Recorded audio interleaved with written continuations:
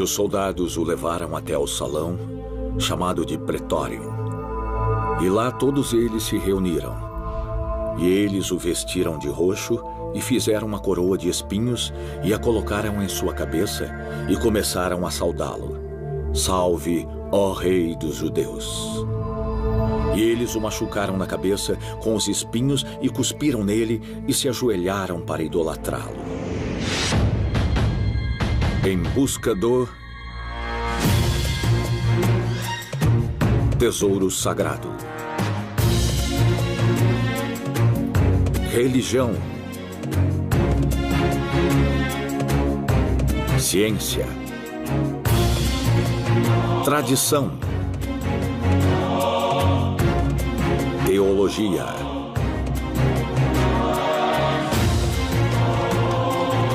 Tesouro sagrado. Em busca do tesouro sagrado.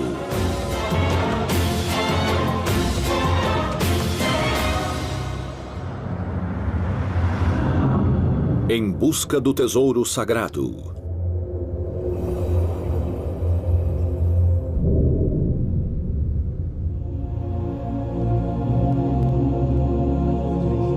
Para colocar Jesus para morrer, os altos padres disseram que ele estava alegando ser o rei dos judeus. Tanto Hérode quanto Pilatos tentaram fazer com que Jesus confessasse o crime pelo qual estava sendo punido. Para fazer uma zombaria dessa acusação, os soldados romanos o vestiram com um manto roxo e uma coroa de espinhos. Depois da cruz, a coroa de espinhos é o segundo símbolo mais popular do cristianismo. Mas o que aconteceu com esse objeto de zombaria que se tornou uma relíquia e aproximou todos os cristãos?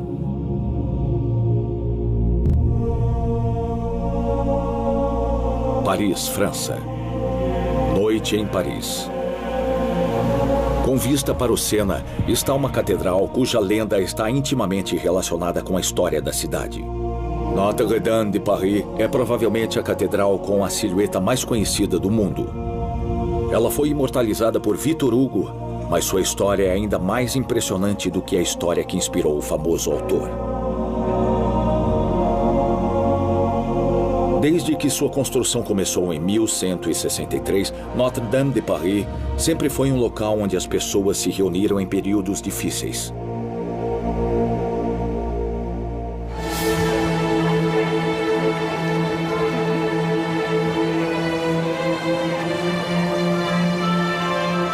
Hoje é a primeira sexta-feira do mês, e hoje existe no ar o entusiasmo na Notre Dame, assim como sempre existe todos os meses.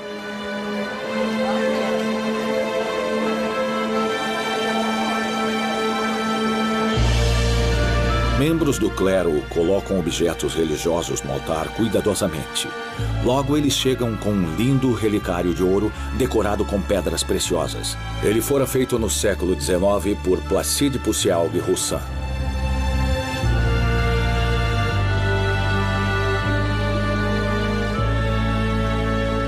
O objeto em formato de copo é montado em 3 estatuetas, cada uma sentada em um trono.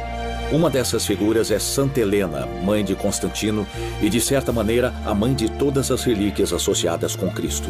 Próximo a ela está o rei Balduin II, o último imperador latino de Constantinopla, e, finalmente, o rei Luís IX, conhecido como São Luís. Em suas mãos ele segura a coroa de espinhos, e por mais surpreendente que isso pareça, o lindo relicário possui a coroa sagrada de espinhos, que é a mesma coroa que Jesus usou na cabeça enquanto caminhou pela estrada até Gólgota. À esquerda desse relicário, que domina todo o altar, existem 2 relicários menores, um deles contendo um prego da Paixão de Cristo e o outro uma peça da cruz original. Às 3 horas, Notre Dame está preenchida pelo som das vozes cantando Glória e Aleluia. A cerimônia de veneração das relíquias está apenas começando. Homens vestidos em longos mantos brancos caminham vagarosamente rumo ao altar. Seus mantos são adornados com 5 cruzes vermelhas, uma cruz grande e 4 cruzes menores, uma em cada ponta da cruz maior. Essas cruzes simbolizam as 5 feridas de Cristo, 2 nos pulsos, 2 nos pés e uma na lateral. Esses dignitários representam a Irmandade da Ordem dos Cavaleiros do Santo Sepulcro, que data dos antigos tempos das Cruzadas. No meio do grupo, um padre se aproxima do altar e inicia o serviço litúrgico. Em meio à agitação da multidão que está reunida aqui hoje, pode-se sentir a energia fluindo conforme nos aproximamos a esse momento muito antecipado. Finalmente, um dos cavaleiros traz à frente uma almofada vermelha sobre a qual está localizada a coroa de espinhos. Em busca do tesouro sagrado. Em busca do tesouro sagrado. A coroa de espinhos é um círculo de ramos trançados juntos, sustentado por fios de ouro.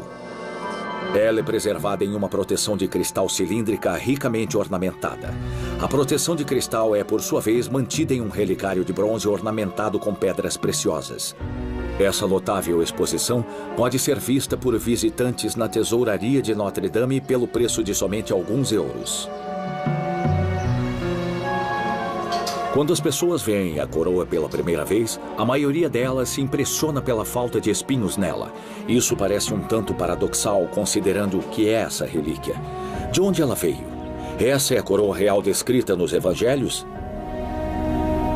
O sudário de Turim tem marcas de plantas que foram feitas enquanto o corpo estava sendo preparado.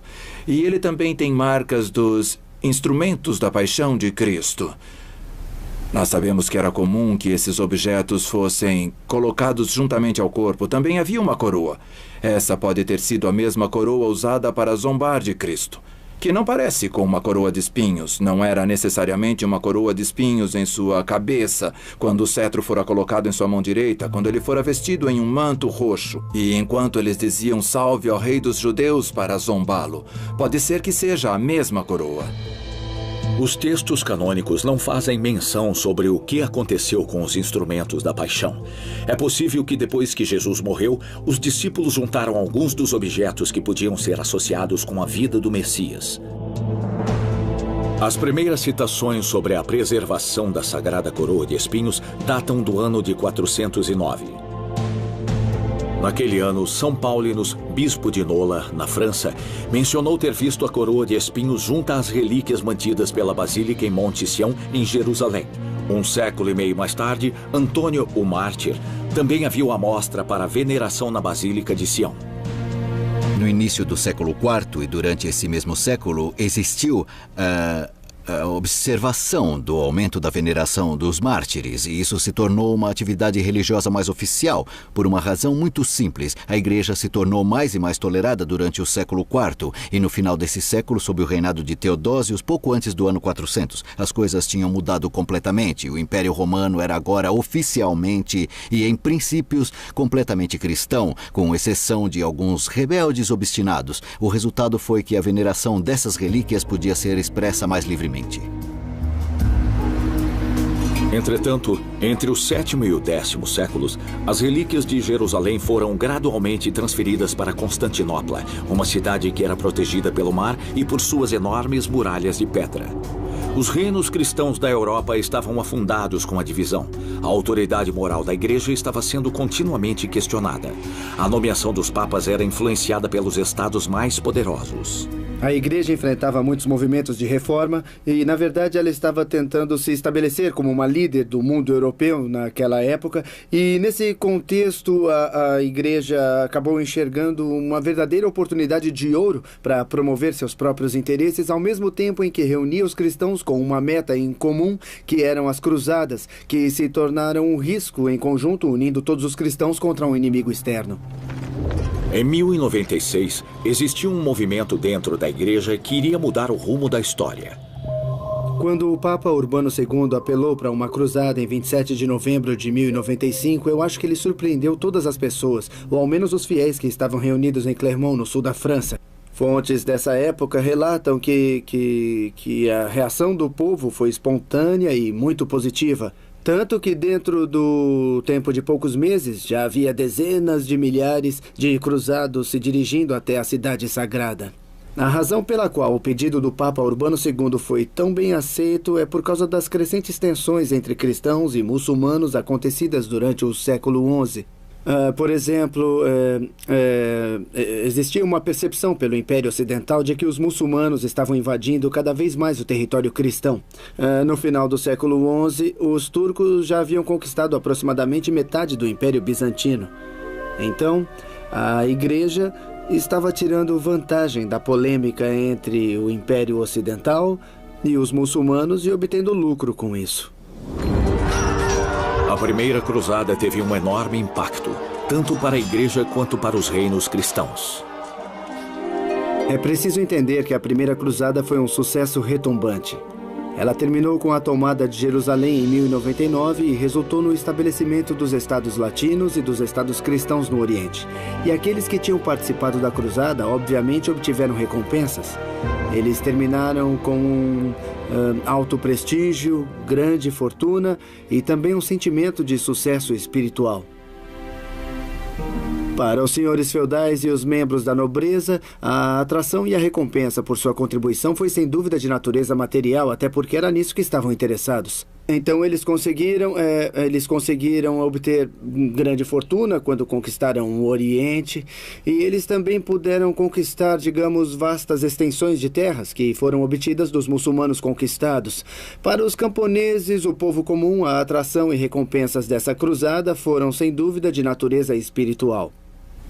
Obviamente, eles acreditavam que estavam realizando um serviço de Deus. Pensaram que estavam realizando um papel ativo na vontade divina.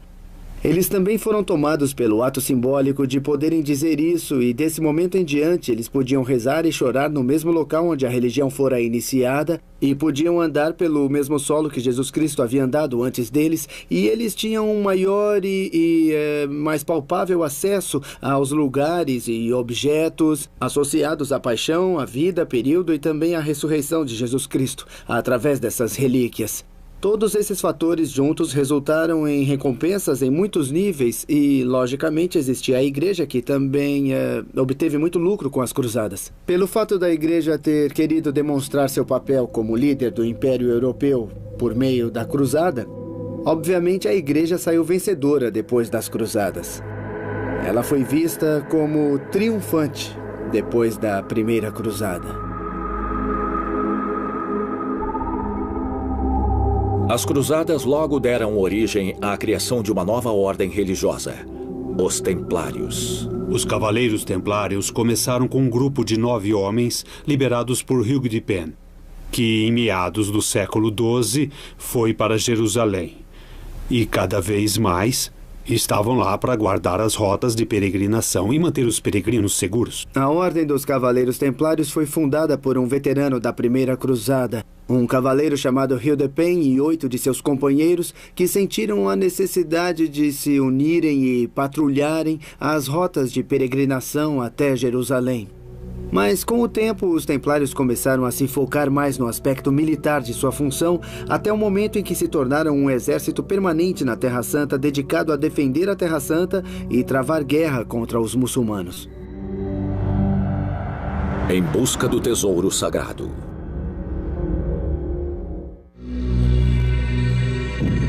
Em busca do tesouro sagrado. Em 1202, o Papa Inocente III convocou uma quarta cruzada contra os muçulmanos, mas nesse período as circunstâncias eram muito menos favoráveis. Pode-se dizer que a Quarta Cruzada foi a ovelha negra de todas as 8 cruzadas oficiais que aconteceram nos séculos XII e XIII. O que é necessário compreender é que a ideia inicial atrás das cruzadas era lutar contra os muçulmanos ou os inimigos da fé cristã. E, em teoria, sob nenhuma circunstância, eles teriam derramado o sangue de outros cristãos. E foi isso que acabou acontecendo na Quarta Cruzada. Eles derramaram o sangue de companheiros cristãos. Os cavaleiros tinham que viajar por uma rota marítima pelo Egito e depois atravessar pela terra. E por isso eles foram para Veneza, onde os venezianos os deram barcos e uma grande quantidade de comida para as viagens. Mas eles não tinham dinheiro suficiente para pagar os venezianos por tudo isso. E conforme é dito, um príncipe grego que havia conquistado o trono bizantino, perguntou se eles poderiam lutar por ele e conquistar Constantinopla para que seu pai pudesse assumir o trono. E, em troca, ele afirmou que os daria muito ouro, porque Constantinopla estava cheia de ouro. Alguns dos cavaleiros decidiram que não fariam isso e alguns decidiram que fariam. E no final eles navegaram nos barcos venezianos. E isso significava que eles pagariam o preço dos barcos. Viajaram até Constantinopla.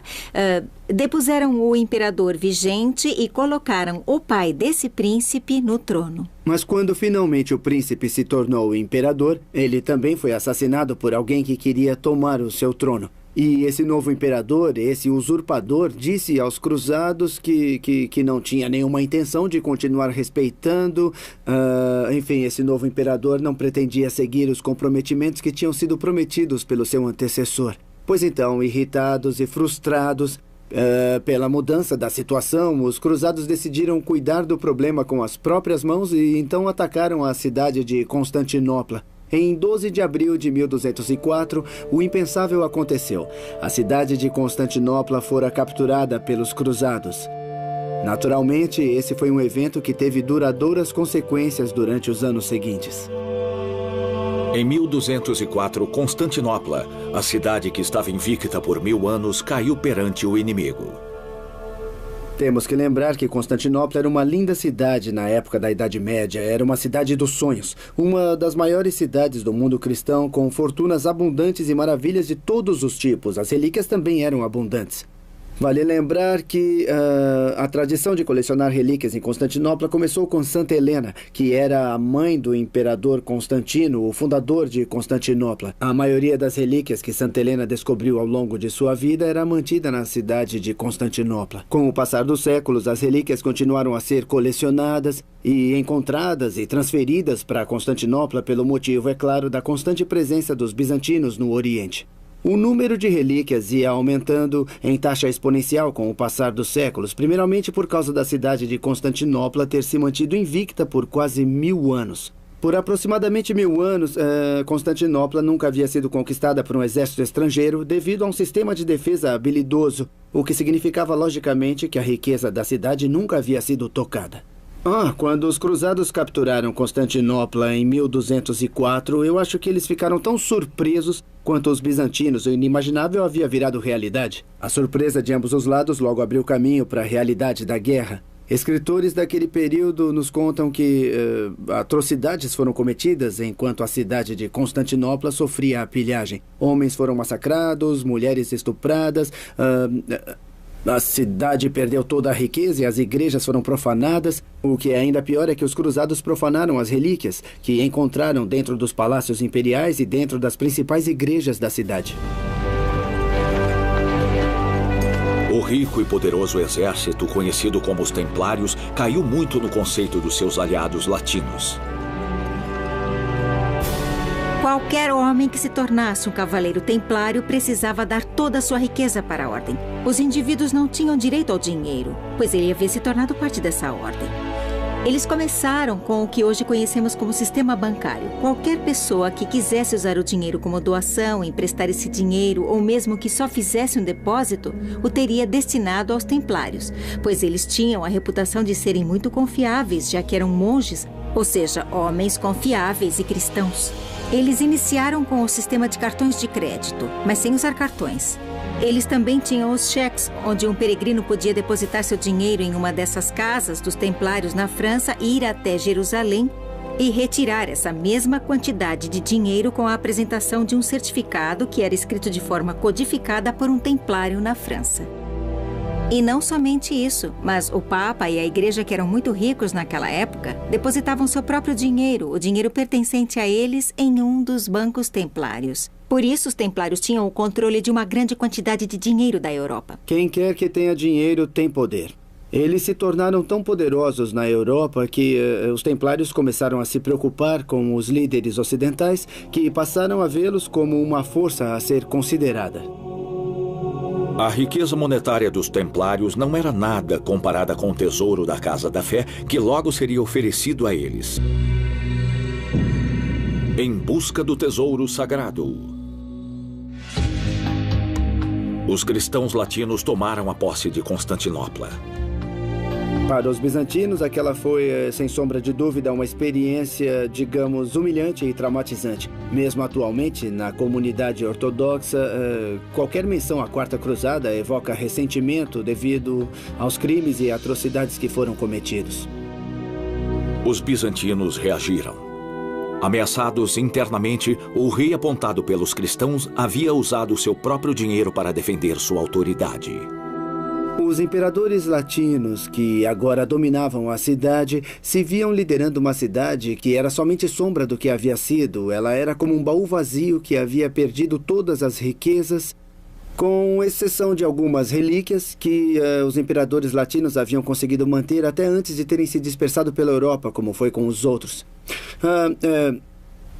Antes dos bizantinos retomarem o poder de sua capital em 1261, um dos últimos imperadores da cidade de Constantinopla, chamado Balduin II, que precisou financiar guerras contra os bizantinos para tentar salvar seu império, decidiu emprestar dinheiro dos banqueiros venezianos. Ele pegou emprestada uma grande quantidade de dinheiro dos banqueiros venezianos para financiar sua luta contra os bizantinos. Então, os banqueiros emprestaram o dinheiro que ele precisava, mas pediram uma garantia. Para levantar o dinheiro que ele precisou, o imperador Balduin II decidiu penhorar uma das relíquias que não havia sido roubada da cidade de Constantinopla em 1204. E essa relíquia era a coroa sagrada de espinhos, a coroa de espinhos usada por Jesus durante a paixão de Cristo. Veneza, Itália. Veneza, lar do Doge, está localizada na lagoa veneziana que leva até o mar Adriático. Ela é uma das cidades mais visitadas na Europa e, na verdade, existem tantos turistas que às vezes é difícil andar ao lado dos canais ou pela famosa Praça San Marco. Não aconteceram muitas mudanças em Veneza desde a época das Cruzadas. Veneza, La Sereníssima, era rica e poderosa. Do lado oposto ao Palácio do Duque, embaixadores e comerciantes acumularam fortunas na movimentada Praça San Marco. Em 4 de setembro de 1238, esses banqueiros iriam realizar um papel na troca de um objeto muito valioso, a coroa sagrada de espinhos. A coroa sagrada de espinhos foi então transferida da capela do palácio em Constantinopla para o palácio de Doge Enrico Dandolo, em Veneza. Mas a coroa não chegou sozinha. O rei Luís IX da França, conhecido como São Luís, decidiu que ele queria adquirir essa relíquia sagrada. Ele abordou o imperador Balduin II e os venezianos e os comunicou sobre seu interesse em comprar a relíquia por uma grande quantidade de dinheiro, que era equivalente a 13 mil peças de ouro. A quantia finalmente foi aceita e, em 1239, a coroa de espinhos foi levada para a cidade de Paris, onde foi anunciada em uma procissão liderada pelo rei, seguido de alguns membros da família real. Em 1239, o descalço São Luís colocou a coroa de espinhos na Notre-Dame. Atos de devoção pelos reis foram muito comuns durante a história. Nascido em 1214 em Poissy, Luís IX era o filho de Luís VIII, apelidado de Luís, o Leão e Blanche de Castela, um casal real muito devoto. São Luís foi provavelmente um dos maiores reis medievais franceses. Ele recebeu o título de santo por várias ações notáveis. Ele era de fato muito devoto e, por ele ter sido o que nós chamamos de um rei muito cristão, as relíquias eram de tremenda importância para ele. São Luís foi rei por muito tempo. Reinou por uns 44 anos, de 1226 a 1270. E com o passar dos anos de seu reinado, ele adquiriu uma obsessão por atingir a purificação da alma, realizando atos de piedade e vindo a se provar o maior soberano cristão por excelência. Para conquistar isso, São Luís começou a realizar vários atos de devoção. Por exemplo, todos os domingos, São Luís saía pelas ruas de Paris para lavar os pés dos leprosos. Aquilo, sem a menor sombra de dúvida, era um ato de incrível devoção naquela época. Ele liderou 2 cruzadas, que hoje são conhecidas como a 7ª Cruzada e a 8ª Cruzada. Outro ato de devoção foi quando São Luís começou a comprar as relíquias sagradas. Ele adquiriu muitas relíquias, e isso era considerado um ato de tremenda devoção naquele tempo. O rei Luís IX também era um construtor. Ele gostava de visitar os canteiros de obras e conversar com os trabalhadores.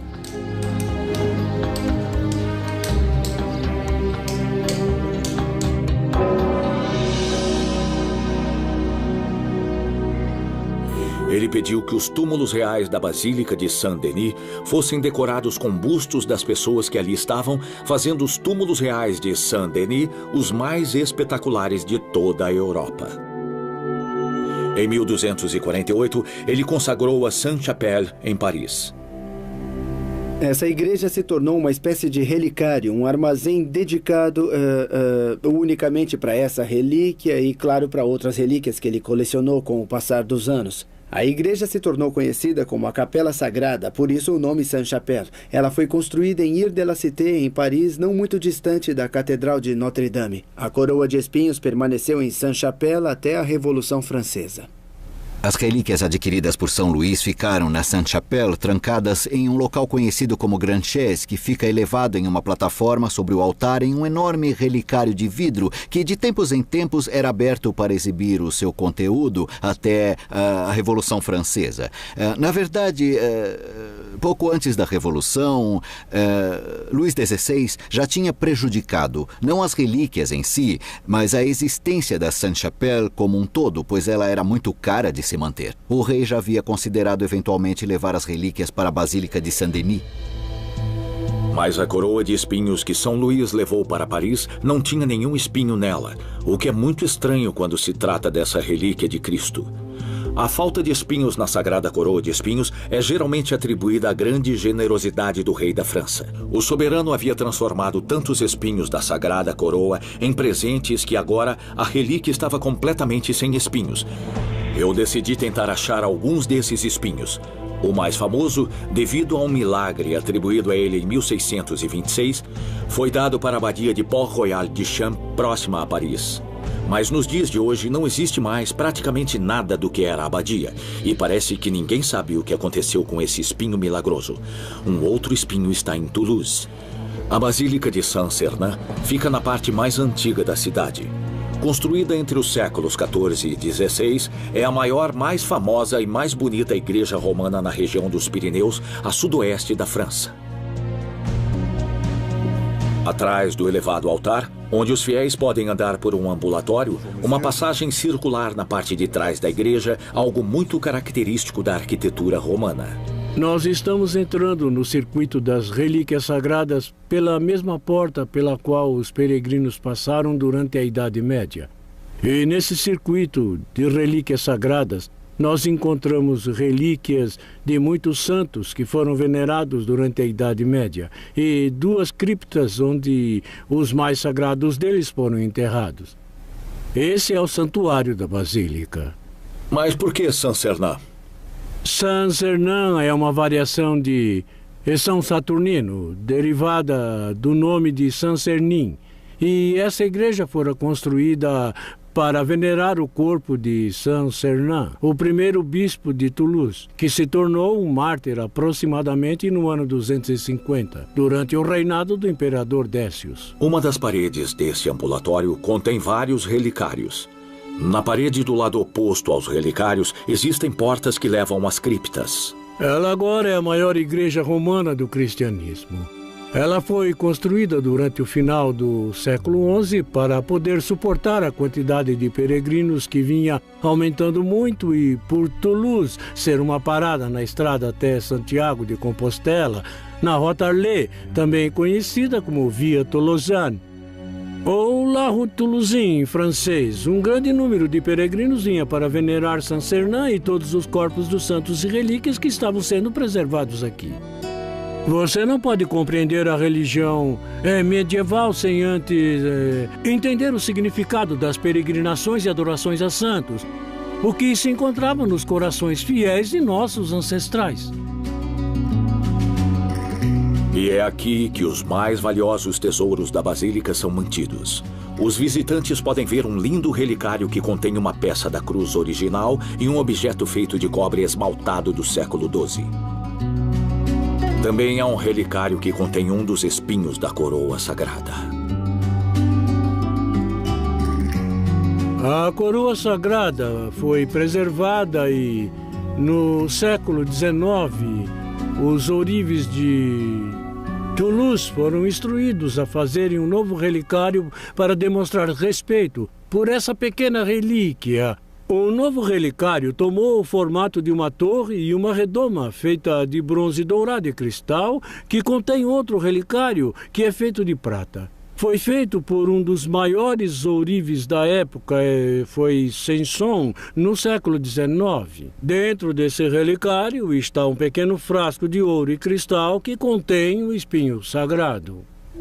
A relíquia foi um presente de Alphonse de Poitiers, o último conde de Toulouse, que o recebeu de seu irmão, rei Luís IX, conhecido como São Luís, em 1251. O espinho sagrado, protegido por um tubo de cristal, foi colocado num relicário que representa um pequeno templo cercado por 2 anjos que seguram a lança sagrada e a sagrada esponja. Esse relicário depois foi colocado dentro de uma proteção octagonal maior, feita de bronze dourado por Poussielgue-Roussin. Mas durante a Revolução Francesa, eles não somente perderam muitos objetos que haviam sido preservados como relíquias, mas também perderam um enorme número de obras de arte.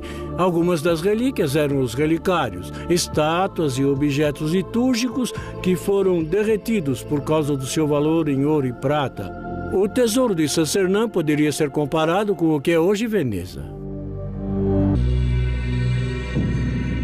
Em busca do tesouro sagrado.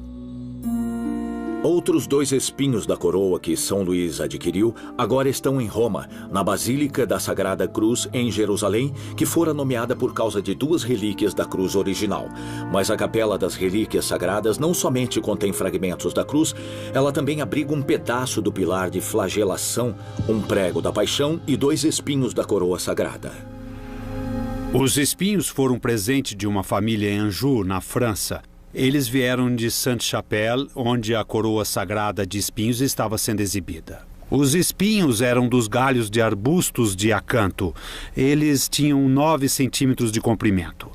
O pesquisador David Avinois, um hebreu especialista em botânica e também em ciências naturais, confirmou que esse arbusto tinha espinhos muito fortes, muito resistentes e muito flexíveis, e eram facilmente encontrados ao redor de Israel. Os arbustos cresciam em todos os lugares, e os soldados pegaram alguns galhos para fazerem a coroa para a cabeça de Jesus. Alguns dos espinhos podem ter penetrado o seu escalpo e, se ele tinha qualquer ferida em sua cabeça, podem até ter se alojado completamente. Esses espinhos não são espinhos inteiros, são somente fragmentos de espinhos. O mais comprido tem quase o comprimento de um dedo dobrado. Ele tem até mesmo um buraco, como se tivesse sido usado para costurar algum tecido. Os outros 2 são somente fragmentos, conforme o que é mostrado em alguns documentos antigos.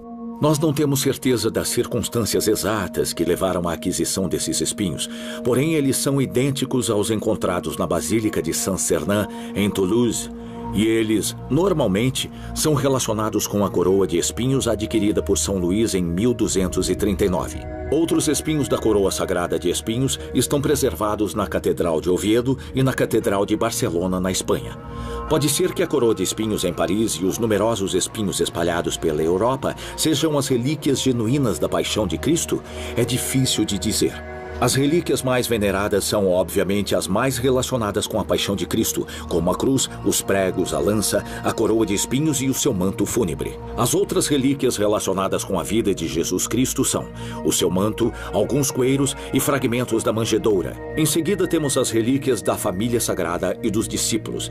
E, por último, as relíquias de santos e mártires que também são veneradas. As relíquias, que acho que todas as pessoas pensam que isso significa restos, têm tamanhos e formatos diferentes. Primeiramente, a diferenciação precisa ser feita entre as relíquias que são corpos físicos ou relíquias que tiveram contato com uma pessoa famosa ou que está associada a ela. Os corpos, logicamente, seriam os restos dos santos Jesus Cristo e a Virgem Maria.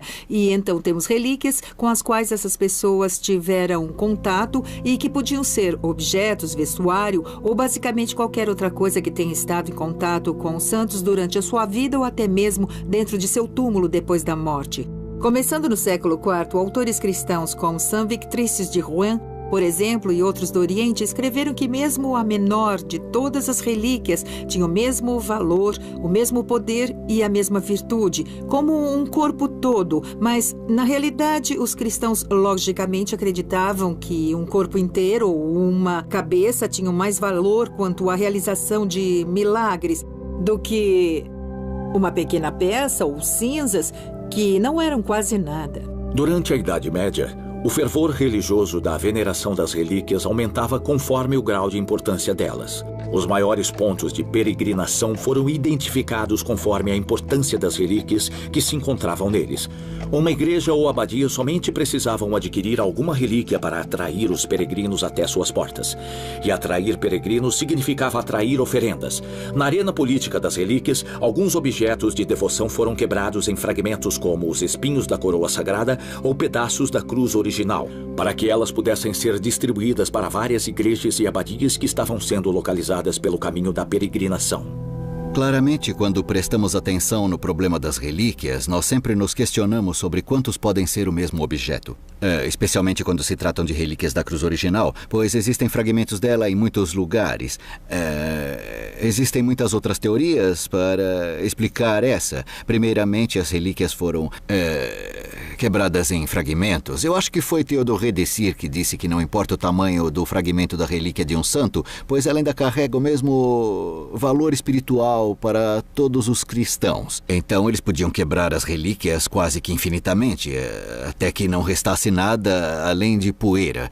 Com a cruz, eles podiam pegar um pequeno pedaço e colocá-lo em uma cruz maior, fazendo com que ele parecesse muito maior e mais espetacular. E algumas décadas e séculos depois, eles pegavam um pequeno pedaço de madeira da cruz maior que havia estado em contato com a relíquia e que então também havia se tornado uma relíquia. Então agora não eram exatamente partes da cruz original, mas haviam se tornado relíquias através do contato com o fragmento da cruz original. Eles estavam oferecendo algumas formas de fazer dinheiro às comunidades menores. Algumas vezes, quando uma comunidade não tinha relíquias de Jesus ou algum santo, Deus realizaria uma intervenção divina, como ocorreu em Favernet, na França. Em busca do tesouro sagrado.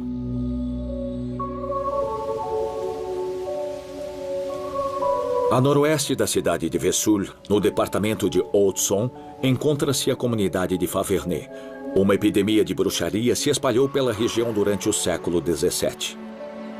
Registros oficiais datando de 1606 a 1636 indicam que houveram pelo menos 68 julgamentos. Durante esse período, estima-se que pelo menos uma a cada 100 pessoas, em sua maioria mulheres, foram executadas por bruxaria. Um camponês de Favernet, Benin Cordier, foi queimado na estaca por ter feito um pacto com o diabo.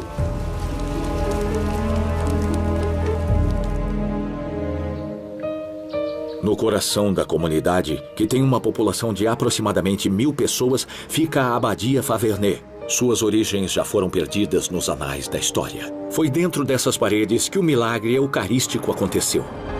Em 1608, a vida religiosa da abadia não era tão vibrante quanto fora no passado. Agora só haviam 6 monges e 2 novatos, um dos quais era o irmão Antoine Udelot, que só tinha 15 anos. Era dia 24 de maio, na noite antes de Pentecostes, e os sacristãos haviam preparado a abadia beneditina para o banquete de Pentecoste que eles já repetiam há 4 anos. Para iluminar o ambiente, ele colocou 2 lamparinas de óleo seguradas por candelabros na ponta do altar.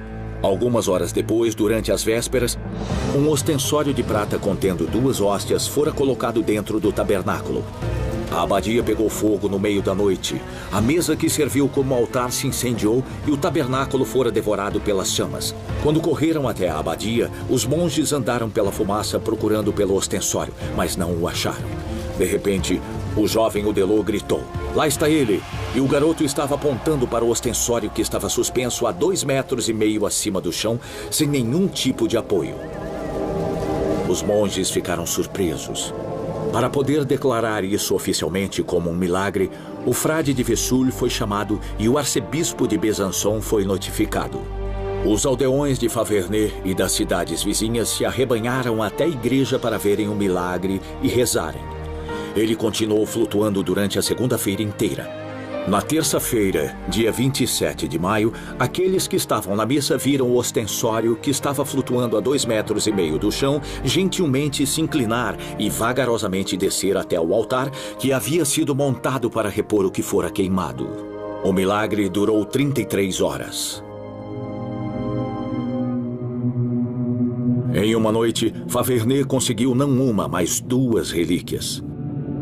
As 2 hóstias um pouco escurecidas e salvas das chamas pela graça de Deus. O milagre gerou inveja nas outras cidades. Em Dole, a capital do condado, o prefeito da cidade, Jean-Baptiste Alix, pediu ao novo abade de Favernet, Alphonse de Remier, que lhes desse as hóstias. Alix sugeriu que as hóstias ficariam mais seguras na cidade fortificada de Dole do que na pequena vila de Favernet, que era fracamente defendida e exposta a brigas com protestantes. Os arquiduques enviaram uma carta para a abadia de Favernet, suplicando para que eles entregassem as 2 hóstias às autoridades de Dole. Mas durante a Revolução Francesa, o prefeito de Dole, um homem chamado Marchand, fez o impensável durante uma bebedeira. Ele engoliu a hóstia. Em Favernet, a outra hóstia escapou da loucura dos revolucionários. A relíquia foi resgatada por um cidadão, Claude François Longchamp, que conseguiu convencer os saqueadores de que eles não podiam destruir a hóstia milagrosa.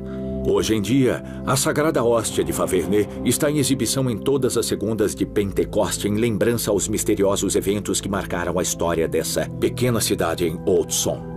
Enquanto eu estive visitando Favernet, o prefeito François Laurent e os líderes da abadia beneditina foram gentis o suficiente para quebrar as regras e permitirem que eu filmasse a hóstia sagrada. A veneração de relíquias perdeu a tradição. E além da população de Favernet, não muitas pessoas visitam a abadia para poderem ver a hóstia sagrada.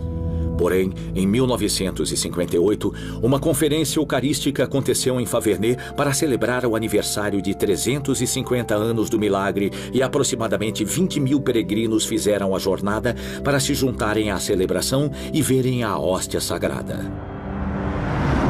Em busca do tesouro sagrado.